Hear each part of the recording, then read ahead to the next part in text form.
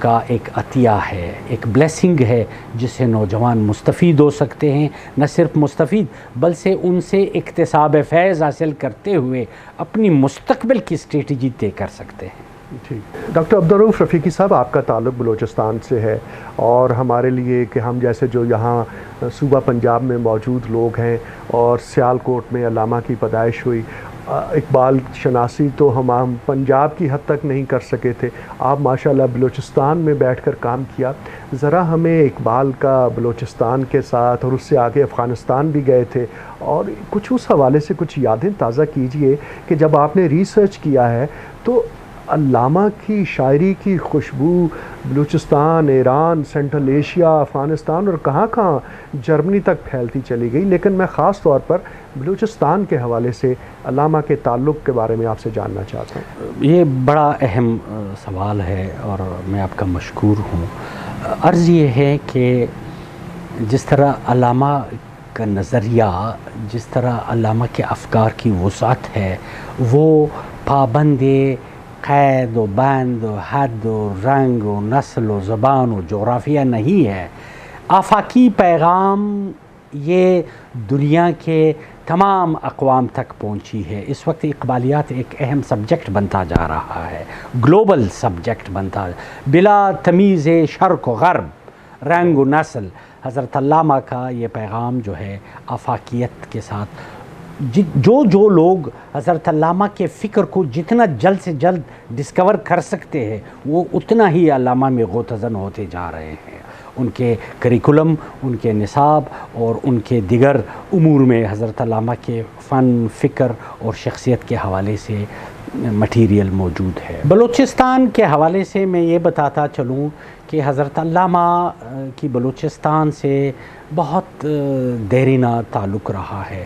ان کے کوئی 3 سفر فزیکل وہاں تشریف لائے ہیں بلوچستان، وہاں ایک بار تو کوئی 10-15 دن سٹے کیا ہے، اور نیکسٹ ان کا وزٹ تھا جوب کا، تو جوب شیخ عطا محمد صاحب ان کے بڑے بھائی جو تھے وہ وہاں پہ MBS میں ملازم تھے، فورٹ سنڈیمن اس زمانے میں، آج کل جوب کے نام سے ہے، اس زمانے میں فورٹ سنڈیمن تھا۔ تو حضرت علامہ ان پہ کوئی ڈپارٹمنٹل انکوائری بنی تھی، علامہ صاحب ان کی پیروی کے لیے DI خان اور دانا سر کے راستے سے ہوتے ہوئے جوب پہنچے تھے، تو 2 رات وہاں انہوں نے سٹے کیا تھا۔ اور تیسری اور آخری وزٹ حضرت علامہ کی بلوچستان سے جو تھی وہ 2 نومبر 1933 کو سفر افغانستان سے واپسی پہ وہ چمن آئے تھے، تشریف لائے تھے، 1 سپیر وہاں گزار کے پھر کوئٹہ تشریف لائے، اور نیکسٹ ڈے پھر ملتان کی طرف، لاہور کی طرف ریلوے کے ذریعے روانہ ہوئے تھے۔ یہ تو ان کے وہاں، لیکن حضرت علامہ کا جو ویژن تھا ذرا ان کی دیدگاہ دیکھ لیجئے گا کہ 28 اکتوبر 1933 کو جب وہ سفر افغانستان پہ تھے اور افغانستان کے انجمن ادبی کی جانب سے باغ بابر میں ان کے لیے ایک ضیافت کا اہتمام کیا گیا تھا، تو اس ضیافت میں حضرت علامہ کی جو سپیچ تھی وہ بڑی، اس میں ایک چھوٹا سا پیرا آپ کی نظر ہے، اس میں علامہ نے فرمایا تھا کہ میں دیکھ رہا ہوں کہ مشرق و مغرب ایک بار پھر خشکی کے راستے سے منسلک ہو رہے ہیں۔ یورپ نے رینیسانس موومنٹ کے بعد بحری راستوں کو، بندرگاہوں کو فعال کیا، اکبر کے زمانے میں کراچی کی بندرگاہ بنائی گئی، اور اس طرح مختلف امور آگے چلتے رہے۔ تو علامہ فرماتے ہیں کہ میں دیکھ رہا ہوں کہ مشرق و مغرب ایک بار پھر خشکی کے راستے سے منسلک ہوں گے۔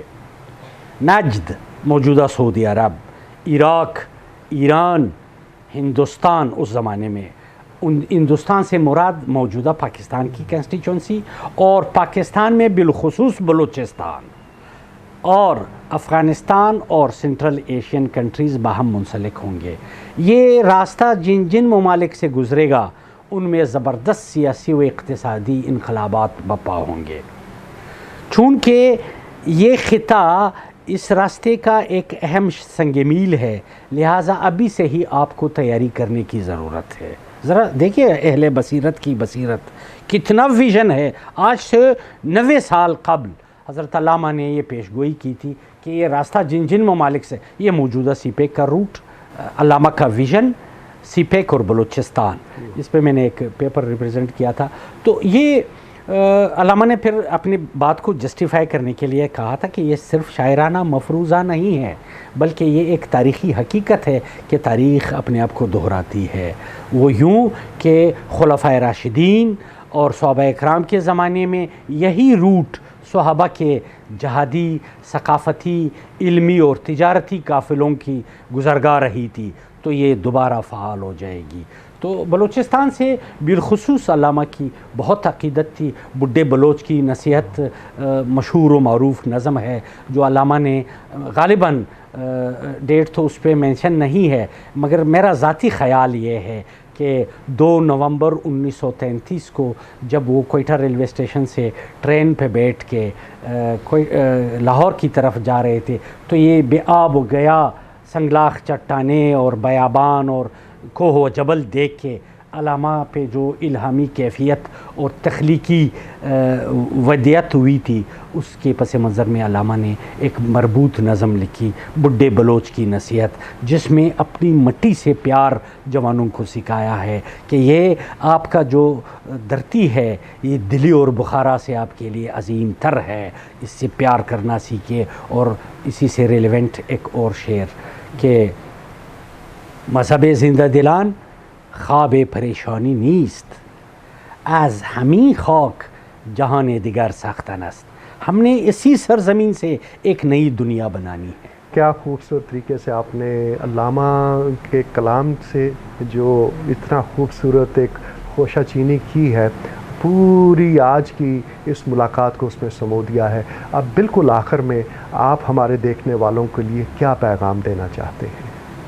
حضرت علامہ فرماتے ہیں کہ حدیث بے خبران است کہ تو با زمانہ بھی ساز، اگر زمانہ با تو نسازد تو با زمانہ سے تیز. یہ جاہلوں والی باتیں ہیں کہ وقت تیرے ساتھ ساز نہیں کرتا تو وقت کے ساز کر.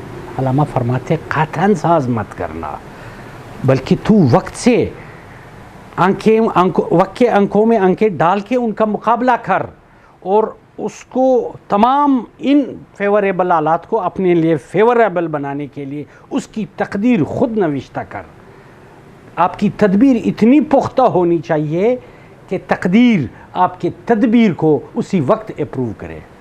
پروفیسر ڈاکٹر عبدالرؤف رفیقی صاحب، آپ نے سمندر کو کوزے میں بند کر دیا ہے. اس مختصر سی جو ملاقات اور یہ جو انٹرویو ہے، ایک تشنگی ہے جو ہم لے کر جائیں گے آپ سے، اور علامہ اور ان کے کام کے حوالے سے ہم چاہیں گے کہ آپ کو بار بار تکلیف دیں اور آپ بار بار ہمارے دیکھنے والوں کے، ہمارے سننے والوں کے لیے یہ دانش کے، یہ اقبالیات کے موتی بکھیرتے رہیں. آپ کا بہت شکریہ.